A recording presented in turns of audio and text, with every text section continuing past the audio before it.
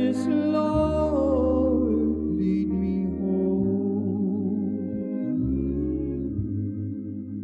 Precious Lord, take my hand, lead me on, let me stand. Though I'm tired, I am weak, I am worn. Through the storm, through the night, lead me on by thy light. Take my hand, precious Lord. Cette opportunité qui nous a été faite, et qu'on était mis là, devant ton trône, que la louange, la relation avec toi. Que soit là encore pardon nos iniquités dans nos commences. Alors que nous sommes là, comme la grâce, d'être secourus par toi, d'être amenés dans le droit chemin, afin de pouvoir pleinement connaître quelles sont tes voies et de pouvoir y marcher, afin de pouvoir pleinement, oh Dieu, expérimenter l'accomplissement de tes promesses faites par toi. Ce soir, jette un regard favorable sur nous. Amen. Et exauce au niveau des cieux, pour que pleinement, répartant d'ici, nous soyons renouvelés pleinement. Nous ne soyons plus les mêmes personnes, mais que chacun puisse parvenir à la repentance. Parce que c'est le but que tu vises. C'est que tout pécheur abandonne sa mauvaise voie et qu'il ait l'occasion de pouvoir pleinement te suivre, toi le vrai berger. Accorde-nous ta grâce, conduis ces instants, manifeste ta bonté, ta puissance pour que ton seul nom soit vraiment glorifié. Bénis ton héritage à toi. Guéris les corps malades parmi nous, exauce-nous du haut des cieux et que pleinement toute maladie soit chassée parmi ton peuple. Ta victoire que tu as acquise soit une réalité au milieu de tes enfants. Relève pleinement, ô Dieu, ben Seigneur Dieu, notre frère Ban, que ta main de grâce de secours le visite pleinement et que tu le renouvelles pour que la gloire, l'honneur vienne à toi. Nous crions à toi parce que tu es notre Dieu. Tu n'as véritablement pas changé. Tu es le Dieu vivant, l'Éternel des armées, le Dieu glorieux, le Dieu véritable. Amen. Nous tombons devant ta sainte femme et nous commandons notre vie sous ta bonne autorité. Bénis ces instants pour nous. Conduis toutes choses. Agis en notre faveur pour que la gloire, l'honneur vienne à toi. Amen. Au nom de Jésus, nous t'avons prié. Amen. Amen. La soir, nous sommes à nouveau une fois de plus reconnaissants à notre Dieu pour cette grâce que nous avons véritablement de sa part, le privilège que nous avons véritablement d'être ce soir encore à ses pieds, que Dieu puisse bénir tout un chacun de nous et qu'il nous soutienne en réalité. Réellement, nous réalisons que les temps avancent à grands pas, véritablement, pour un de ces 4 matins, nous rencontrerons notre Seigneur. C'est pourquoi il est assez important pour tout un chacun de nous de pouvoir pleinement être prêt pour ce jour glorieux, Amen. Ce jour merveilleux qui véritablement arrive, véritablement que la grâce nous soit accordée pour que nous puissions véritablement ouvrir notre cœur et véritablement être conduits véritablement dans le droit chemin en réalité. Que Dieu nous soutienne et qu'il nous assiste en réalité. Je vous remets les salutations de notre frère Léonard, son épouse, aussi notre frère Emmanuel, véritablement de Bruxelles, il y a aussi notre frère Boadi. Vous voyez que j'ai pu aussi avoir hier, il m'a aussi chargé de vous transmettre ces salutations. Il y a aussi notre frère Koulibaly qui était venu de l'Espagne. Demain, il doit pouvoir rentrer. Il me charge de vous transmettre aussi ces salutations et que nous puissions véritablement prier aussi pour son déplacement afin que le Seigneur puisse le garder véritablement dans ce déplacement-là. Il y a aussi notre soeur Traoré que j'ai pu avoir tout à l'heure. Elle m'a aussi chargé de vous saluer. Nous allons nous tenir debout.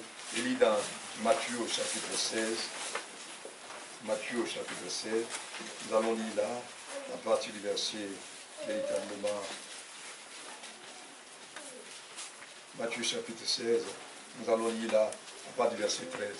Jésus étant arrivé dans le territoire de Césarée de Philippe, demanda à ses disciples, qui dit-on que je suis? Moi, le Fils de l'homme.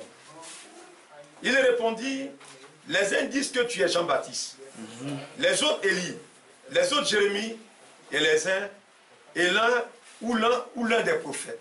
Et vous, leur dit-il, qui dites-vous que je suis? Simon Pierre répondit, tu es le Christ, le Fils du Dieu vivant. Amen. Jésus, reprenant la parole, lui dit, tu es heureux, Simon, fils de Jonas, car ce ne sont pas la chair ni le sang qui t'ont révélé cela, mais c'est mon Père qui est dans les cieux.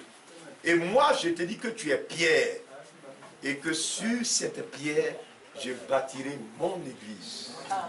et que les portes du séjour des morts ne prévaudront point contre elle. Nous allons prier le Seigneur. Précieux Père Céleste, nous crions à toi pour que tu nous fasses grâce.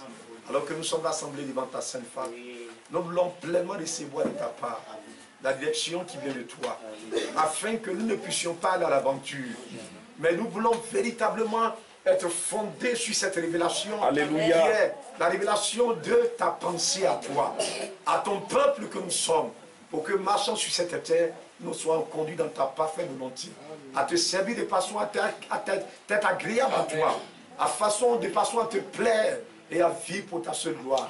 Bénis cet instant, révèle-toi dans nos vies, conduis-nous pleinement pour que l'honneur et la gloire te reviennent. Au nom de Jésus-Christ, nous t'avons prié. Amen. Amen. Nous sommes en effet reconnaissants à notre Dieu pour la grâce que nous avons vraiment de sa part et le privilège que nous avons en réalité en ces derniers temps de la fin, de savoir véritablement que nous sommes des privilégiés. Vous voyez, que, en ce sens que Dieu a promis d'avoir un peuple qui lui appartient. D'âge en âge, nous pouvons nous rendre compte en réalité que le Seigneur a fait cette promesse-là, de pouvoir faire sortir son peuple à lui.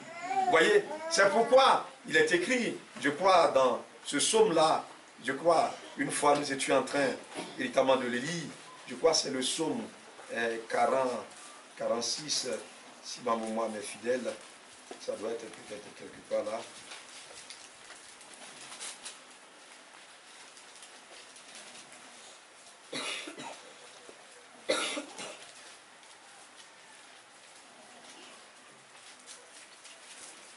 Je crois que ça doit être dans ce psaume-là, le psaume véritablement.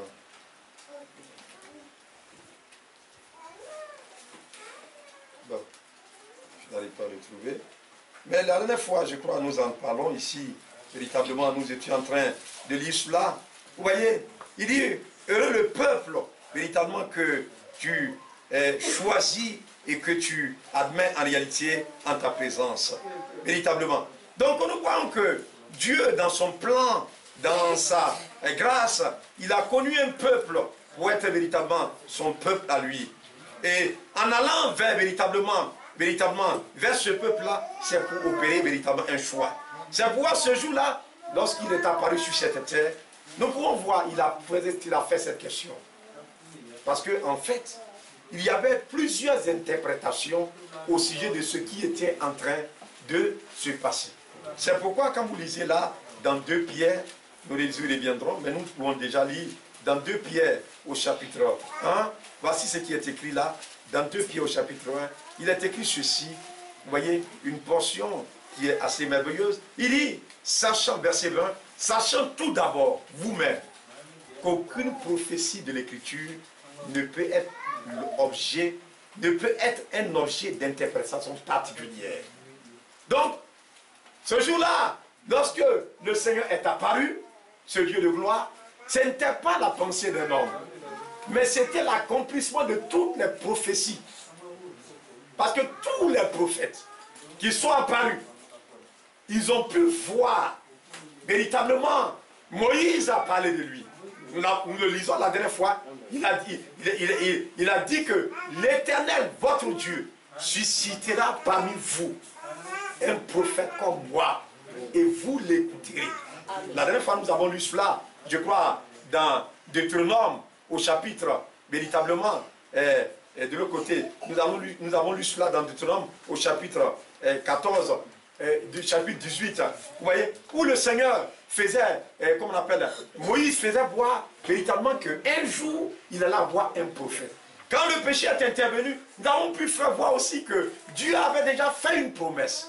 Et quelle est cette promesse-là? C'est que la postérité de la femme écraserait un jour la tête du serpent. Ésaïe, apparaissant, il a fait voir qu'un jour, il y a une vierge qui va enfanter un fils. Et ce fils-là, toute la domination reposera sur son épaule. Alléluia. Et son nom, il a fait voir l'Éternel Dieu avec nous. Alléluia. Donc, tous les prophètes qui sont apparus ont parlé d'un événement. Donc, quand ce jour-là, la chose est arrivée, Le Seigneur se tenant avec ses disciples, il a fait cette question. Il dit, quand vous vous promenez, qu'est-ce que les gens disent de moi? Qu'est-ce que vous entendez les gens dire de moi? Ils ont dit, oh, quand on arrive quelque part, les gens disent que tu es un prophète. Il y en a qui disent que tu es Jean-Baptiste. Il y en a qui disent que tu es Jérémie. Est-ce que vous comprenez bien? Il y en a qui disent que tu es Élie. Donc c'était chacun selon son interprétation. Mais ce qui est sorti, c'est-à-dire la prophétie, la parole qui est sortie de la bouche de Dieu et qui trouve son accomplissement à une période donnée, la Bible dit qu'elle ne peut être l'objet d'interprétation particulière. Vous savez pourquoi? C'est parce que ce n'est pas un...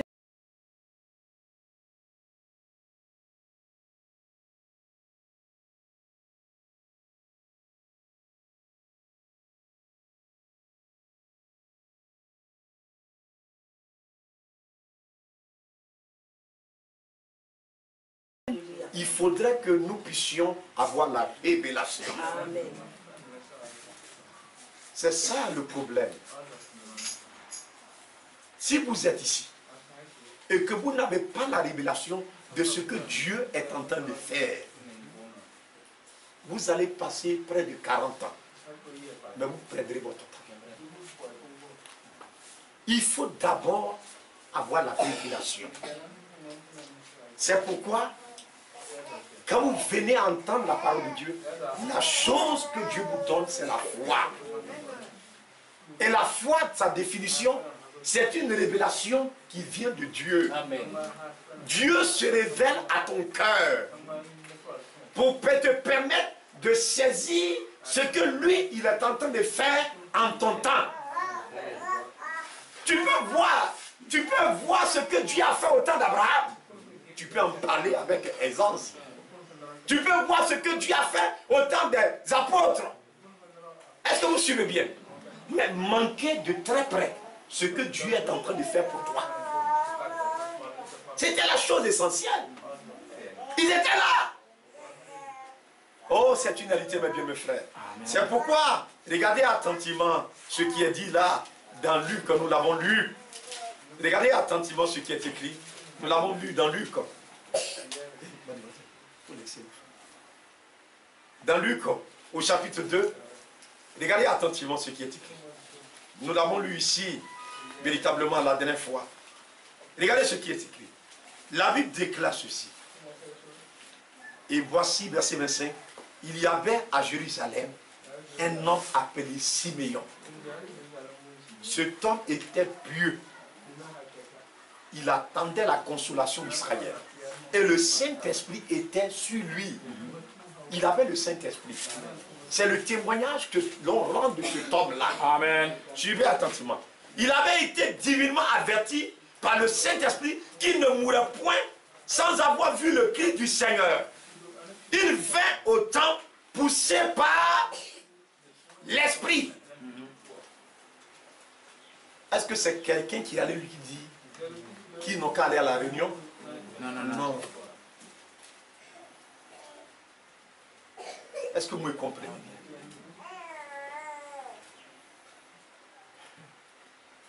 La Bible dit, c'est poussé par le Saint-Esprit que cet homme-là, ce jour-là, il est venu au temple. Amen. La raison pour laquelle il est venu au temple, il y avait une raison. C'est qu'il y avait quelque chose qui devait se passer. Amen.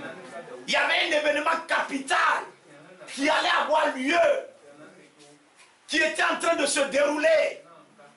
C'est que l'homme qu'on appelle Jésus là, dont les prophètes ont parlé là, il était né. Et que ce jour-là, il entrait pour la première fois dans le temple.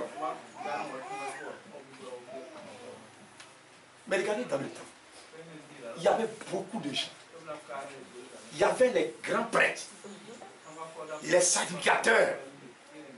Et regardez leurs habits qu'ils avaient portés. Si on pouvait demander des informations, c'est bien eux qu'on allait fatiguer. Mais ils n'étaient pas au courant. Oui, ça c'est vrai.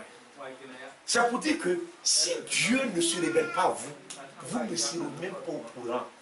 L'enlèvement, ça sera un clin d'œil. Les gens ne sauront même pas que quelque chose s'est passé sur la terre. Ça c'est vrai. Ça ne viendra jamais frapper les regards. Vous suivez attentivement. Donc quand véritablement il était là, la Bible dit que ce jour-là c'est poussé par le Saint-Esprit. Et regardez bien, mais il dit que quand il est rentré dans le temple, les parents apportaient le petit enfant qu'on appelle Jésus. Pour accomplir à son égard ce qu'ordonnait la loi. Il le reçut dans ses bras, bénit Dieu et dit, maintenant Seigneur, tu laisses ton serviteur s'en aller en paix, selon ta parole. Car mes yeux ont vu ton salut. Mais bien mes frères, il est assez important que nous puissions servir cela. Il faut voir le salut de Dieu. L'accomplissement de ce que Dieu est en train de faire. C'est en cela que se trouve le salut. Ce n'est pas dans ce que les hommes sont en train de faire. Est-ce que vous comprenez bien?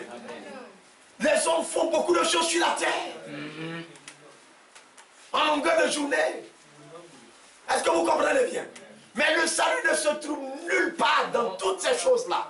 Le salut se trouve dans ce que Dieu fait. Amen. Donc si Dieu te fait la grâce de voir ce que lui fait, c'est en ce moment que tu as le salut. Amen.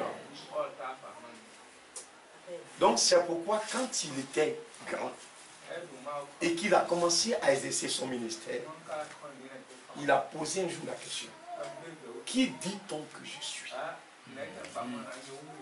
Et les disciples ont commencé à raconter tout ce qu'ils entendent au dehors. Mais ce n'était pas seulement les autres qui parlaient, eux aussi qui étaient là, qui prétendaient marcher avec Jésus. Oui. Chacun devait avoir une position assez claire dans les choses de Dieu. Il a dit, et vous, qui dites-vous que je suis? Vous avez raconté ce que les autres disent. On peut dire que nous, on a reçu le message. Oui. On est dans la vérité. C'est beau. Mais ce n'est pas ça qui est important. Est-ce que moi, toi et moi, nous sommes bâtis là où les apôtres ont été bâtis? Il y en a qui sont là, vous allez voir tout à l'heure. Il dit, frère, la dîme là, est-ce que tu peux me montrer les passages dans la Bible? Parce que pour lui, c'est pas trop clair. Les frères là, de toute façon maintenant ils commencent à grossir là. Ils sont en train de se sucrer sur notre dos.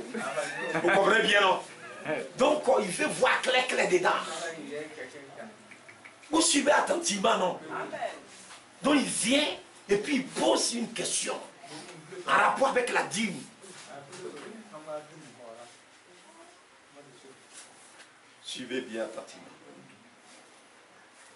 Ils viennent là, ils trouvent le Seigneur. Il dit, mais est-ce que véritablement, pendant le jour du sabbat, est-ce qu'on doit travailler? Ils viennent poser ça au Seigneur.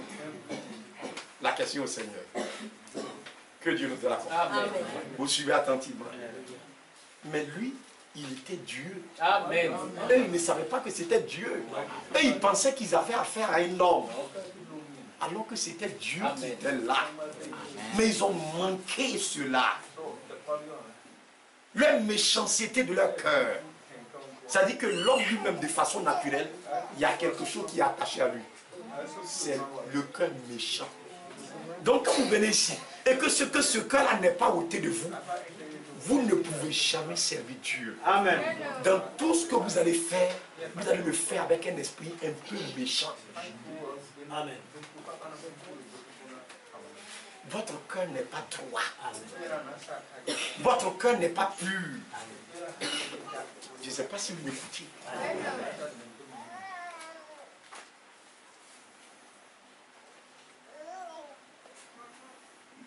C'est vrai, c'est une vérité.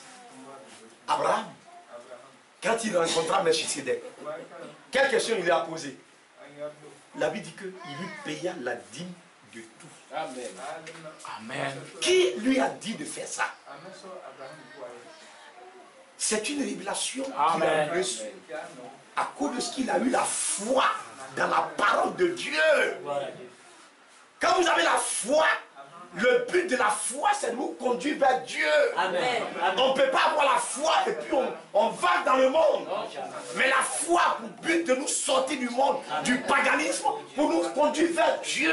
Amen. Donc quand ce jour-là, il s'est rencontré, il a rencontré Melchisedec. Melchisedec ne lui a rien dit. Mais Abraham reçut la révélation qu'il devait payer la dîme. Amen. Il paya la dîme. Amen. Est-ce qu'il n'a pas pris? Amen. Non, il n'a pas pris ou bien il a pris? Amen. Il a pris. On dit c'est il n'a ni père, ni mère, ni gère. On ne sait pas où il va aller. Il va aller dans quel magasin pour payer quelque chose avec ça. Mais il a pris. C'est pour dire que ce n'est pas une mince affaire. Tout ce qui concerne les promesses de Dieu, c'est des choses assez glorieuses. Amen. Je ne sais pas si vous comprenez.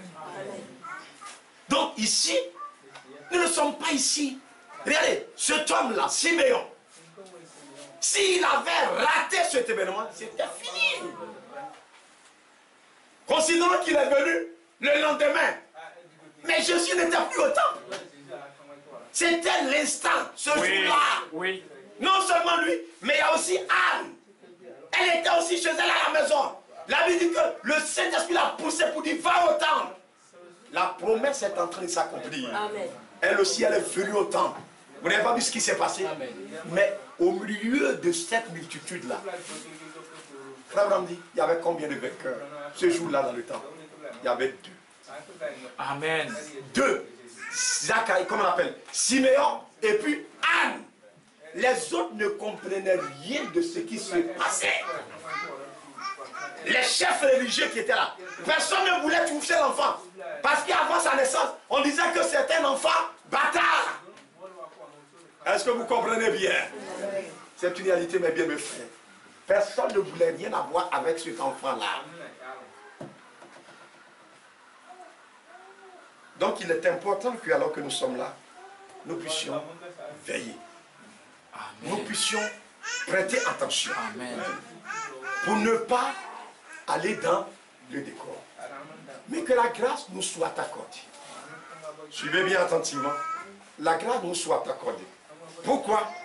Parce que là où Dieu véritablement se révèle, il y a toujours des jumeaux qui apparaissent. Vous devez faire attention pour ne pas être le faux jumeau. Suivez là attentivement dans Galates. Regardez attentivement. Dans Galates, c'est après les Corinthiens, vous suivez là dans Galates, au chapitre 4. Regardez ce qui est écrit. Galates chapitre 4, voilà ce qui est écrit. Verset 22. Il est écrit ceci. Car il est écrit qu'Abraham eut deux fils. Vous suivez ça, non? Abraham eut deux fils. Un de la femme esclave et un de la femme libre. Suivez bien. Mais celui de l'esclave naquit selon la chair. Et celui de la femme libre naquit par en vertu de la promesse. Ces deux choses sont allégoriques. Est-ce que vous suivez bien?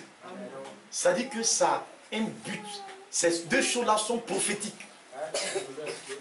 Car ces deux femmes sont deux alliances.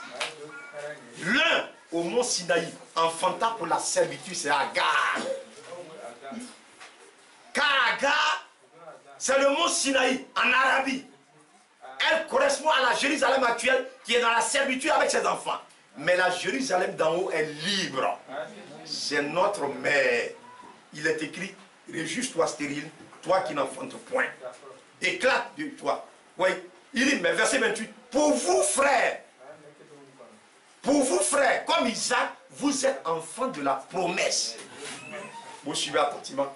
Il dit, de même qu'alors, Celui qui était né selon la chair persécutait celui qui était né selon l'esprit. Il en est ainsi encore maintenant. Alléluia. Donc on dit que dans la maison d'Abraham, le même Abraham, il y a eu 2 enfants qui sont sortis de lui. Il y a un qui est esclave et l'autre, il est libre. Ces 2 enfants, c'est de qui? Il y a Ismaël qui est né d'Agar, qui a donné aux yeux d'une naissance aux Arabes. Vous écoutez ça, non? Et puis l'autre, c'est Isaac qui a donné naissance aux Juifs. Regardez ces 2 peuples-là.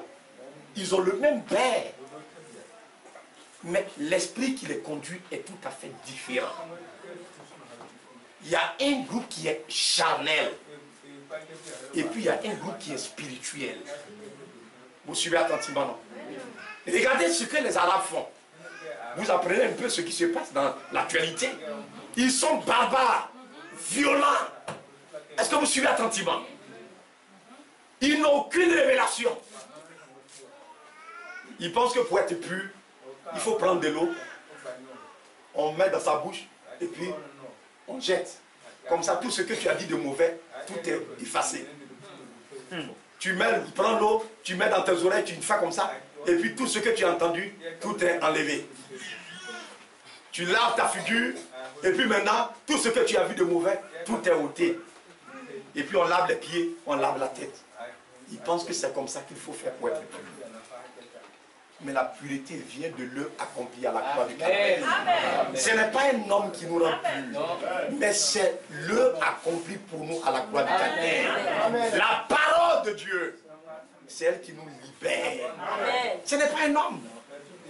Vous voyez comment ils ont raté la chose, non? Il y a une religion qui est née, mais c'est l'esclavage. C'est la servitude. Ils n'ont aucune révélation. Est-ce que vous comprenez? Les femmes, on pense que, elles se mettent, comme on appelle, quand ils vont à la mosquée, les femmes sont derrière. On met un mur là, elles sont derrière là-bas. Il y a une religion. Ils prétendent adorer Dieu. Mais selon l'aveuglement total, ils n'ont aucune révélation. Mais regardez le peuple juif. Leur père, c'est Isaac. La dernière fois, le premier ministre israélien, il était à l'ONU. Et quand il parlait, il dit quand ils sont venus trouver le pays, après la Deuxième Guerre mondiale, tout était désert. Mais aujourd'hui, ils ont travaillé de telle sorte que Dieu les a bénis. Et le pays qui était désert, tout est devenu verdoyant. Tout est devenu fertile. Allez-y où se trouvent les Arabes. C'est le désert, c'est la sécheresse, il n'y a même pas de l'eau. Mais là où se trouve Israël, il y a de l'eau partout. La terre qui était désert, la terre a été véritablement, je ne sais pas comment ils ont fait, mais la terre est devenue fertile. Vous passez partout, vous voyez, c'est un mur de verdure partout. Donc à tel ancien, quand on est dans l'avion et qu'on traverse, on appelle ça véritablement, comme on appelle, la forêt verte. La ligne verte, excusez-moi. La ligne verte. C'est-à-dire que quand vous quittez chez les Arabes et quand vous rentrez en Israël, il y a une forêt qui vous a créé. Chez eux, là-bas où ils sont, tout est désert, c'est des cailloux. Mais comment ça s'est passé? C'est la même terre. Mais regardez ce qui s'est passé. La parole que nous avons reçue, qui est la révélation de Dieu, là où il y a la mort, la vie apparaît. C'est ce que Dieu a promis. Est-ce que vous comprenez bien? C'est pourquoi il dit, je vais créer un chemin dans la solitude. Le désert va fleurir. Amen. La terre aride sera véritablement, la terre qui aride, c'est une terre sans eau. Mais cette terre aride là, Dieu fera en sorte que la terre là, puisse véritablement, de cette terre, puisse jaillir de l'eau en abondance. Et c'est ce que Dieu a fait physiquement avec Israël. Mais spirituellement pas. Suivez attentivement. Un jour, quand vous lisez dans Genèse, on peut le lire, vous allez voir, Vous allez comprendre ce dont nous sommes en train de parler tout à l'heure. Regardez dans Genèse. Quand vous lisez là attentivement, Genèse au chapitre 4, voilà ce qui est écrit. Verset 3. Au bout de quelques temps, Caïn fit à l'Éternel une offrande des fruits de la terre. Et Abel, de son côté, fit une des premiers-nés de son troupeau et de la graisse. L'Éternel porta un regard favorable sur Abel et sur son offrande. Mais il ne porta pas un regard favorable sur Caïn et sur son offrande. Caïn fut très irrité et son visage fut abattu. Donc il y a eu deux adorateurs. Comme dans la maison d'Abraham, il y a eu deux fils. Suivez bien attentivement. Il y a là des jumeaux. Caïn et puis Abel, ils sont nés le même jour, de la même mère. Mais ils avaient des esprits différents. Il y a un qui était de Dieu et il y a un qui était du diable. Suivez attentivement. Abel était né de Dieu, puisqu'il était fils d'Adam. Adam, fils de Dieu. Alléluia. Adam était fils de Dieu. Donc dans Adam, il y avait la sémence de Dieu. Donc il ne peut que donner cette sémence à son fils. Mais quand nous lisons les Écritures, nous pouvons voir que Caïn était du malin. Et quand il est descendu sur la terre, regardez ce qu'il a fait. Il a fait exactement les œuvres de son père. Qu'est-ce qu'il a fait? Il a été le premier meurtrier sur la terre. On dit qu'il fut très irrité. Quand il a vu que son offrande n'est pas agréée, il est fâché. C'est le père de la colère.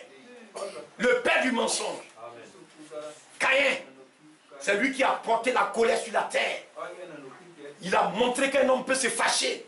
Et non seulement la colère, mais il a mis la colère à exécution.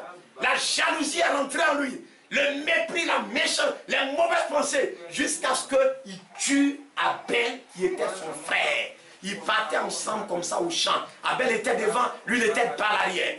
Alors qu'il avait des pensées mauvaises, des mauvaises pensées contre son frère.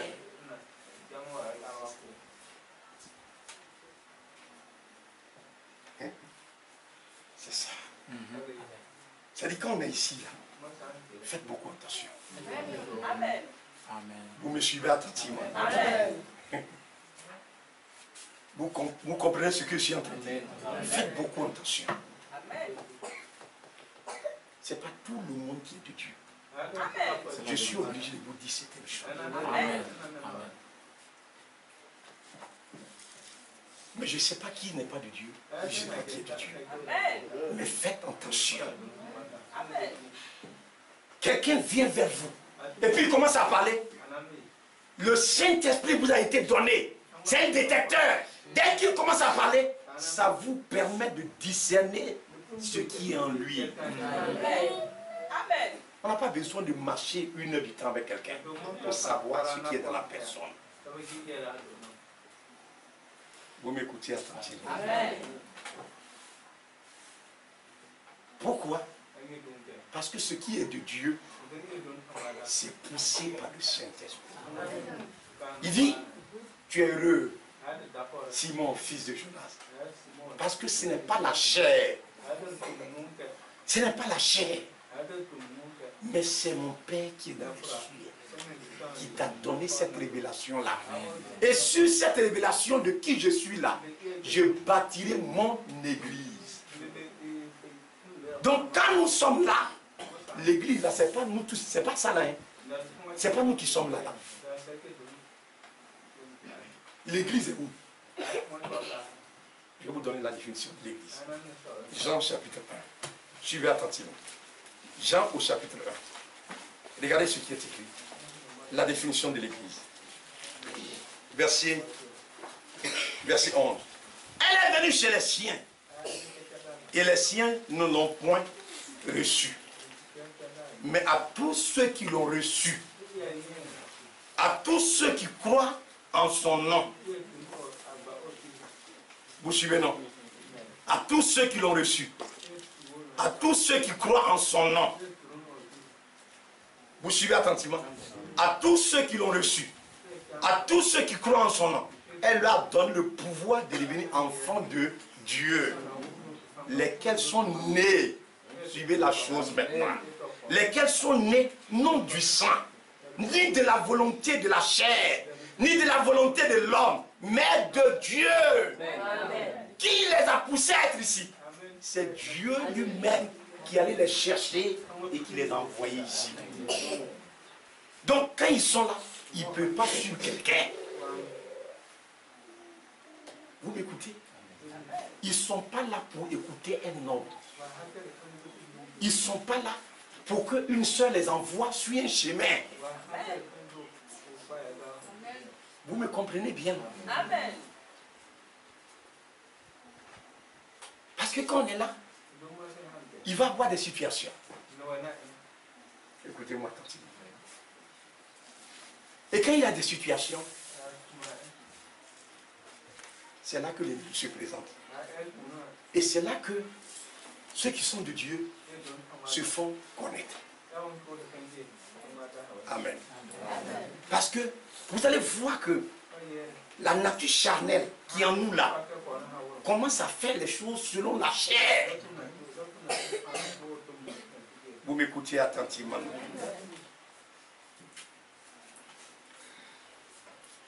C'est la réalité. On est là, nous marchons ensemble. Mais dès qu'il y a un problème, vous allez voir que ceux qui n'ont pas la révélation, ils commencent à faire les choses selon la chair. Alors qu'ici, c'est poussé par le Saint-Esprit que nous devons agir. Vous me suivez bien, non? C'est poussé par le Saint-Esprit que les hommes, hein, c'est ce qui est écrit, le Saint-Esprit lui-même, c'est lui qui a poussé Siméon. Siméon n'était pas venu dans le temple là parce qu'un homme l'a convoqué. Mais le Saint-Esprit lui a dit de venir. Vous suivez la chose. Donc, l'église de Dieu, ce n'est pas un homme qui les a envoyés ici. Mais c'est le Saint-Esprit qui attire chaque enfant de Dieu parce que le temps est là où nous devons expérimenter le salut qui vient de Dieu. C'est notre tour. C'est notre temps. C'est notre époque. Est-ce que vous comprenez bien? D'expérimenter pour nous les promesses que Dieu a eu à faire pour nous. Donc nous sommes assis ici, non pas selon la chair, non pas selon une volonté d'homme. Donc quand vous venez ici, suivez-moi attentivement. Tout ce qui se passe là, vous êtes conduit par Dieu. C'est une réalité maintenant. C'est Dieu qui vous conduit en réalité. Ce n'est pas un homme. Ce n'est pas la chair. Mais c'est poussé par le Saint-Esprit. Mais alors que nous sommes rassemblés, c'est dommage, c'est regrettable. Mais ça doit exister. Il y a aussi une autre église qui n'est pas de Dieu, qui va se manifester au milieu de nous. Mais lui, son église là, il a déjà donné la caractéristique.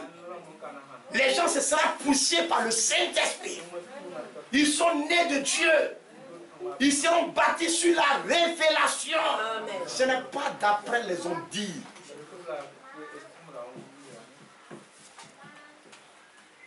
Vous suivez attentivement.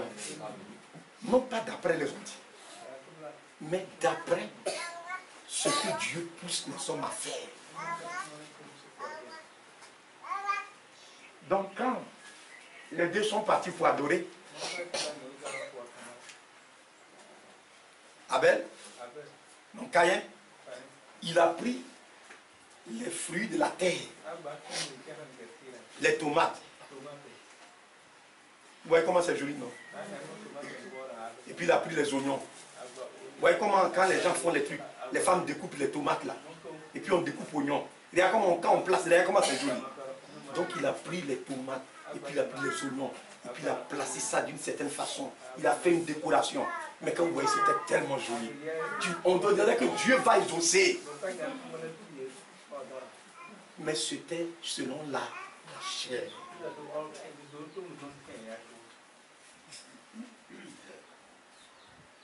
Vous m'écoutez? Mais c'était selon la chair. C'était poussé par l'homme. C'était poussé par la chair. Une volonté d'homme. Des pensées d'homme. Des décisions humaines. Des sentiments humains. Nous, ce que nous faisons ici, ce n'est pas un homme qui nous pousse. Quand vous êtes venu de Dieu, c'est Dieu qui vous a envoyé jusqu'ici. Amen. Vous n'êtes pas ici en train de faire des choses selon la chair. Non, non, non. Tout ce que vous le faites avec un cœur pur. Un cœur droit.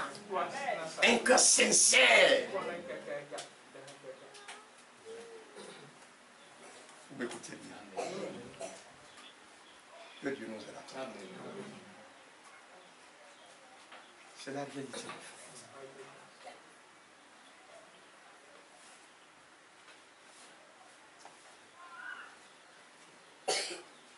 Donc, Abel, la Bible dit, il allait prendre un agneau. Il l'a attaché. En ce moment, il n'avait pas de couteau comme notre temps. Donc, certainement, il a pris véritablement une pierre, comme un couteau. Et il a commencé à couper la gorge. L'animal aussi se débattait. Regardez comment il était contre lui. Il fallait vraiment faire l'effort. Et quand le sang giclait, le sang jaillit sur Abel.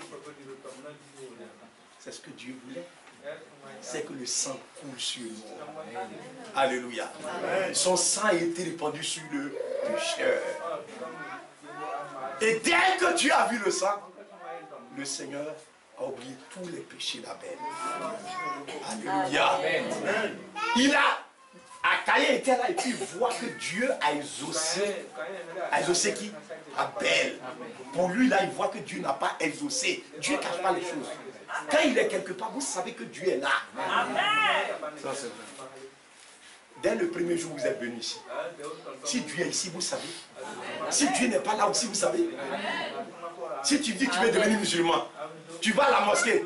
Si Dieu est là-bas, premier jour tu vas là, tu sais que Dieu est là. Si Dieu n'est pas là aussi, tu sais. Si tu veux aller chez un féticheur, si Dieu est là-bas, tu sais. Si Dieu n'est pas là aussi, tu sais. Qui est là-bas? C'est comme ça. Dieu ne cache pas les choses. Donc, Caïn lui-même a vu. Ce n'est pas seulement Abel seulement qui a vu, mais Caïn même était convaincu que Dieu a exaucé Abel. Amen. Abel aussi était convaincu que Dieu l'a exaucé. Parce que l'Esprit lui-même rend témoignage que nous sommes de Dieu. Amen. Ce n'est pas nous seulement, mais le Saint-Esprit lui-même rend témoignage que nous venons de Dieu. C'est là qu'il devait comprendre que la voie qu'il avait empruntée, c'était sur la chair. Mais vous voyez ce qu'il a fait, non? Il était tellement fâché. Il a tué son frère. Il tua son frère. Abel. La Bible dit qu'il en est toujours ainsi. Quand ils sont sortis de l'Égypte, vous connaissez le témoignage. Quand ils sont arrivés à Kadesh Barnea, lisez dans Nombre, chapitre 13, chapitre 14, chapitre 15, chapitre 16. Quand les espions sont allés, 12 personnes dans chaque tribu, ils sont allés pour voir le pays et ils sont revenus. Ils ont dit non, on ne peut pas. On a vu des géants comme des enfants d'attaque. On ne peut pas. Si on s'amuse, ils vont nous tuer. On attend au moins un chef, on va retourner. Josué et Caleb, ils étaient deux. Sur 12, il y avait deux. Il y a deux groupes qui se sont formés. Ça ne peut pas changer, frère. C'est vrai. Donc quand vous arrivez quelque part, un jour vous serez quelque part dans une assemblée. Faites attention.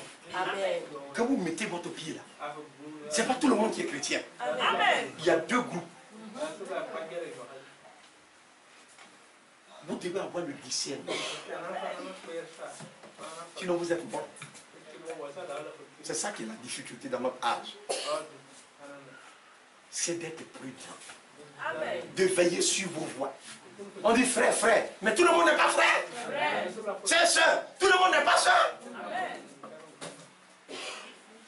C'est pas possible. C'est pas tout le monde qui est frère. C'est pas tout le monde qui est sœur. Dans l'église. Donc si tu es attaché à quelqu'un qui n'est pas frère, il va te détruire.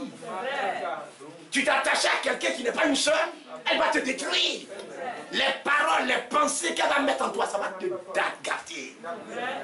Mais ce qui est de Dieu, comment reconnaître ce qui est de Dieu? Comment être là, alors que l'église de Dieu est là, au milieu de nous? Mais comment reconnaître que ça, c'est l'église de Dieu? C'est de ça nous parlons, frère.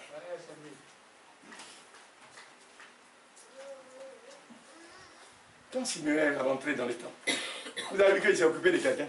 Non. Les gens étaient en train de faire leurs histoires. Ils étaient en train de s'apprêter pour faire leur affaire. Et c'est lui qui s'est occupé de quelqu'un. Lui, c'est quelqu'un qui l'a envoyé là. Il s'est occupé de quelqu'un. Ce que les gens racontaient. Mais l'aveugle là, il vient faire quoi ici? Hein, lui là, hein, il pense. Frère, ce que les gens racontaient, ce n'était pas son problème. Lui, il est rentré dans le temple. Il allait prendre l'enfant. Quand il a fini net, il est parti. Mais, au moins, il finissait net. Il a remis l'enfant à ses parents net. Anne aussi arrivé. Elle ne s'est pas occupée de quelqu'un. Mais ici, on aime écouter les gens, ce que les gens disent en gros, à droite. C'est ça notre problème.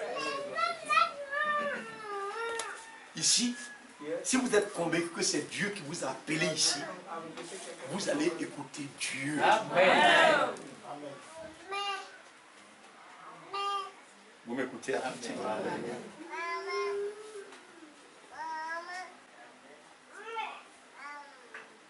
Regardez dans les Saintes Écritures. On a lu tout à l'heure. Jean au chapitre véritablement 10. Regardez ce qui est écrit. On continue, vous allez voir. Jean chapitre 10. Il dit, verset 3, le portier lui ouvre et les brebis entendent sa voix. Il appelle par leur nom les brebis qui lui appartiennent. Et il les conduit dehors. Donc ce n'est pas toutes les brebis qui sont là, qui sont pour lui. On dit les brebis qui lui appartiennent. Vous suivez, non? C'est eux, il les appelle. Donc il y en a, ce n'est pas pour lui. Il ne peut pas les prendre. Parce que s'ils le suivent, ils ne vont pas écouter sa voix. Et ils vont donner un coup de pied. Vous connaissez Cabri? Cabri, on ne le maîtrise pas facilement comme ça. Il va casser ton pied tout de suite. Ah oui, ça c'est vrai. C'est ça Cabri. Vous écoutez? Lorsqu'il a fait sortir ses propres brebis, regardez le mot, ses propres brebis, il est sûr que 100% c'est pour lui. Donc c'est eux qu'il fait sortir. Regardez, il marche devant elle. Et les brebis le suivent. Parce qu'elles connaissent sa voix. Ces brebis-là, ils le suivent. Les brebis le suivent. Lui, il marche devant. Quand il les a fait sortir, lui, maintenant, il marche devant ses brebis. Et ces brebis le suivent parce qu'elles connaissent sa voix. Verset 16. J'ai encore d'autres brebis qui ne sont pas de cette bergerie. Il dit, il y a d'autres brebis qui ne sont pas encore venues. Celles-là, il faut que je les emmène. Donc, qui emmène ici? C'est pas énorme. Il dit, il faut que moi je les amène. Mais si c'est quelqu'un qui t'a amené ici, tu vas suivre cette personne. Amen. Si c'est les hommes qui t'ont conduit ici, et tôt ou tard tu vas suivre les hommes. Mais si c'est le Seigneur qui t'a poussé à venir ici, tu ne suivras que l'Éternel. Amen. Qu'il pleuve, qu'il neige, tu ne suivras. Amen. Celles-là, il faut que je les amène. Elles entendront ma voix. Il y aura un seul troupeau, un seul berger. Vous m'écoutez attentivement. Amen. C'est ça, mes bien-aimés. La grâce qui nous est de pouvoir savoir que nous sommes brebis du sang de Dieu. On dit à la croix au pied du maître. À genoux, j'ai son disciple, je veux être vous près de lui par la foi. Brebis de sa bergerie.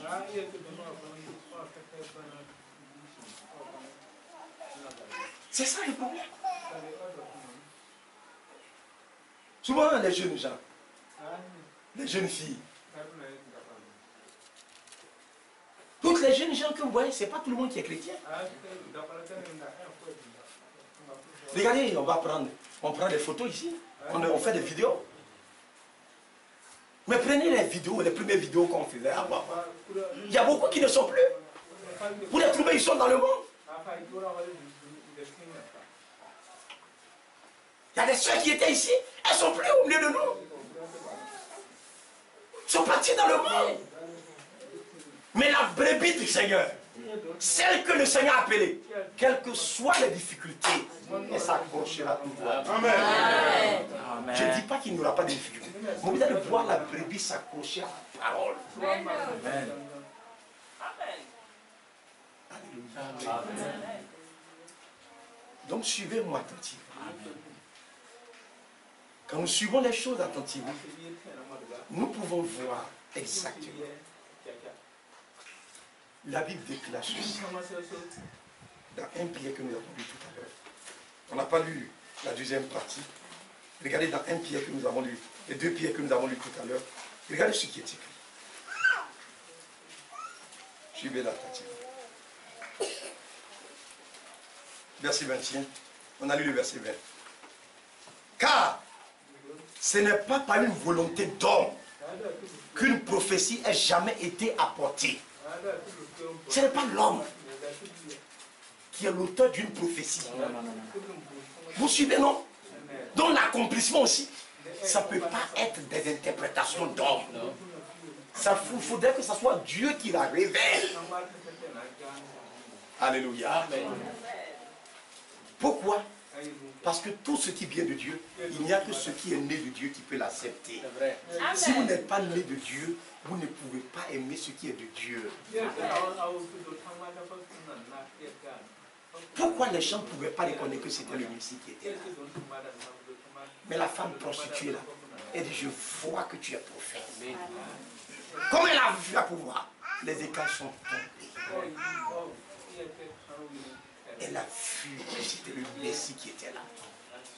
Il dit, ce n'est pas par une volonté d'homme qu'une prophétie n'a jamais été apportée, mais c'est poussé par le Saint-Esprit que des hommes ont parlé de la part de Dieu.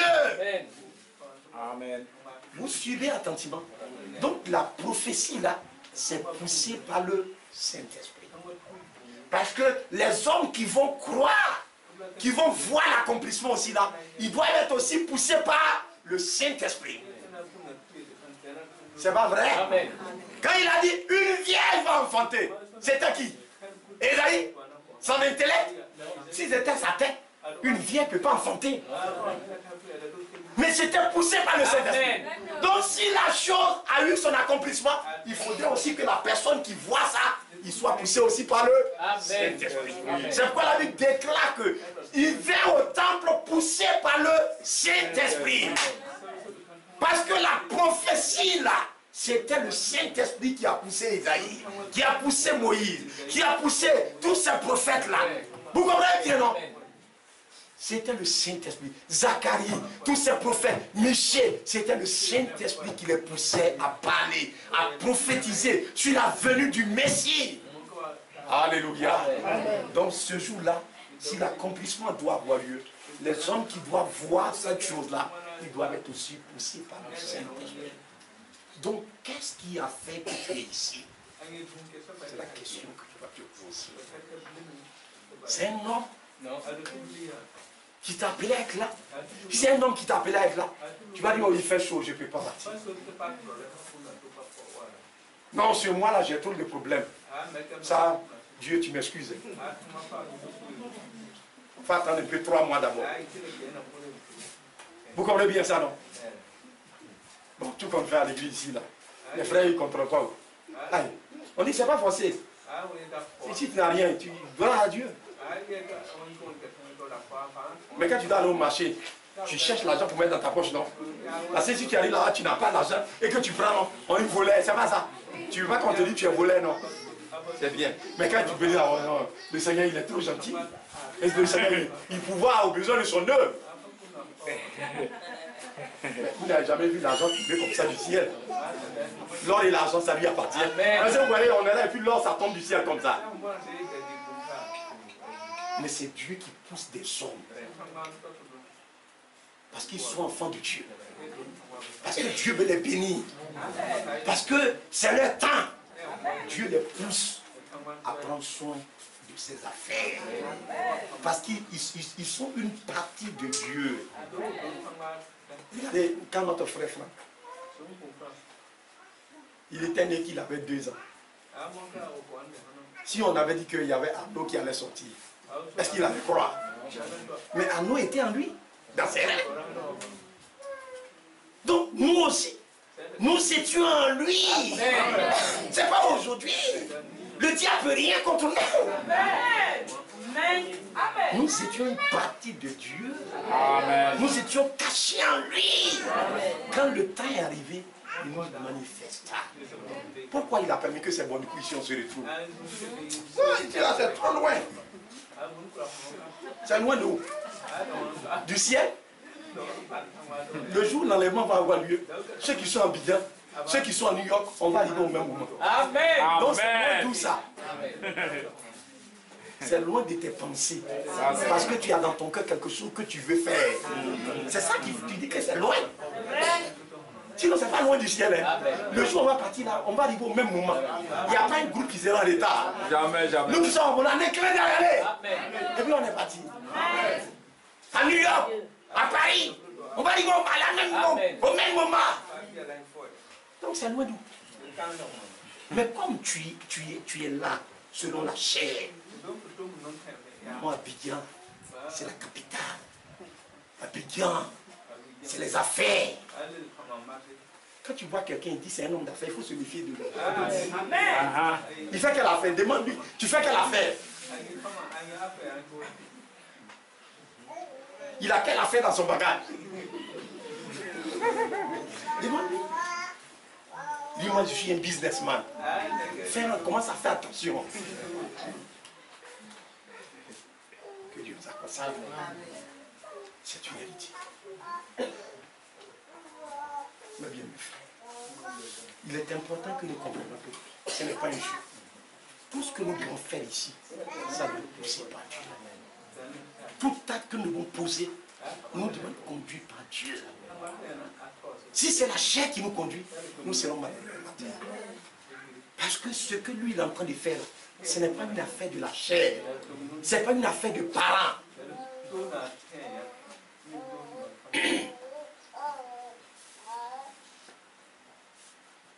Vous comprenez?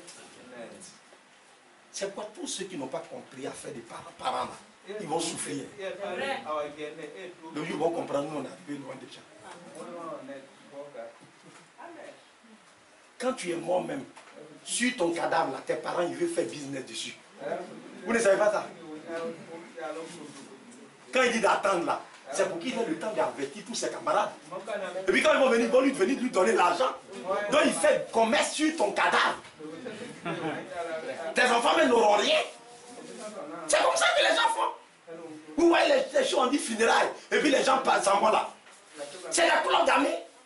Ça, c'est vrai. Ou bien ça va la vérité.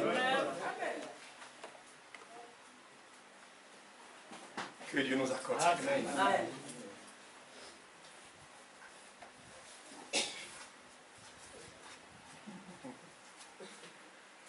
C'est la vérité. Donc tant que tu ne vas pas comprendre que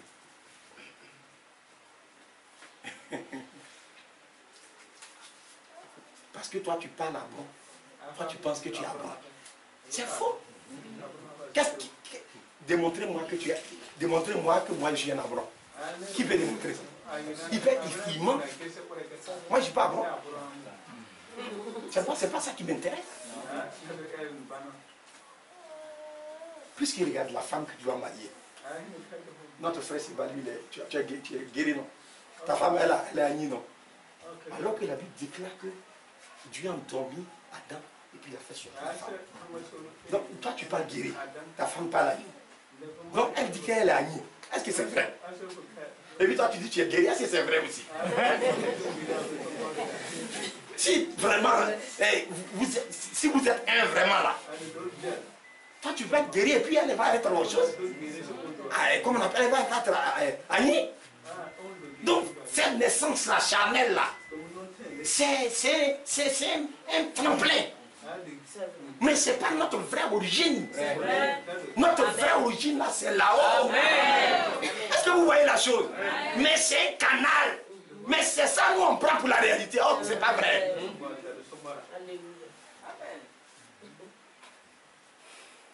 C'est de ça, dans ça, on est assis. C'est ça qui nous intéresse. Alors que ce n'est pas la vérité. Bon, lui, il est guéri. Elle est Annie. Elle dit, elle est Annie. Lui dit, il est guéri. Donc, s'ils se voient en guéri, et elle se voit en Annie, ils ne pourront jamais devenir un. Parce que chacun a ramassé des mauvaises choses de part et d'autre. Qui va laisser pour lui? Mais quand on est poussé par le Saint-Esprit, on voit que vraiment, lui, il n'est pas guéri. Elle n'est pas Annie. Les deux se retrouvent en Jésus. C'est là notre vraie identité. C'était caché, mais c'est maintenant que notre vraie nature nous est dévoilée.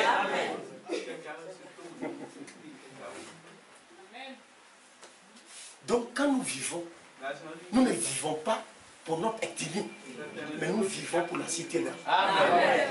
C'est par révélation qu'on arriver à saisir ces choses-là.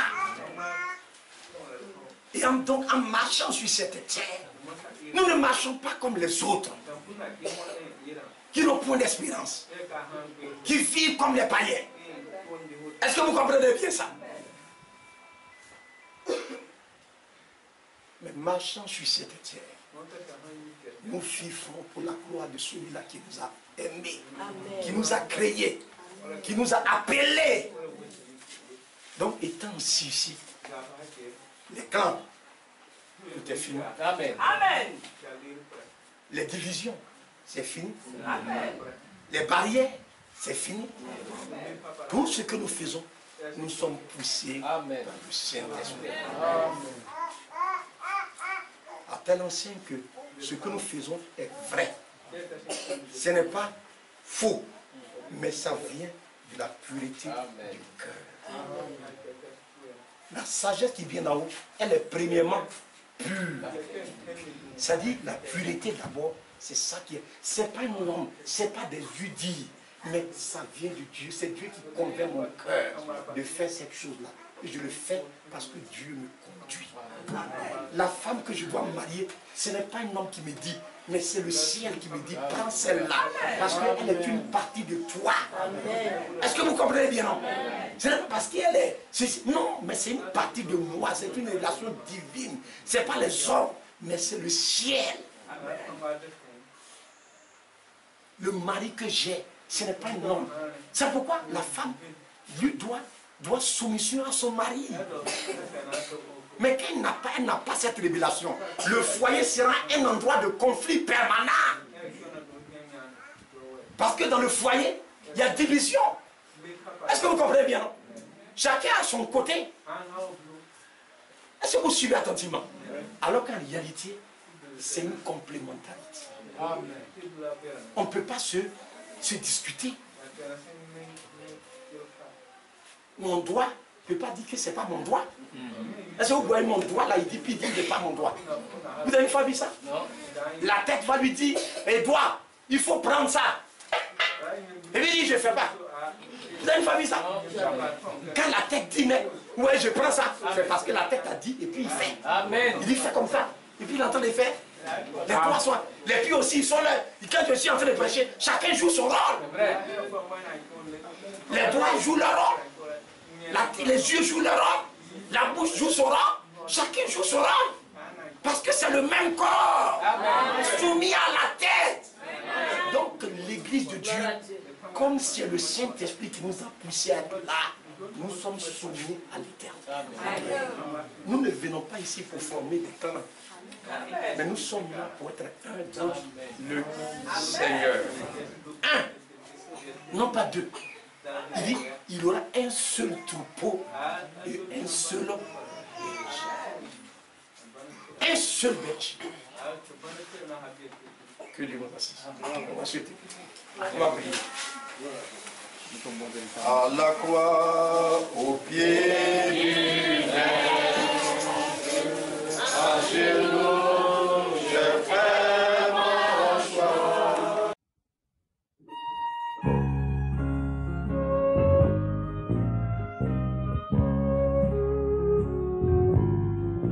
God's children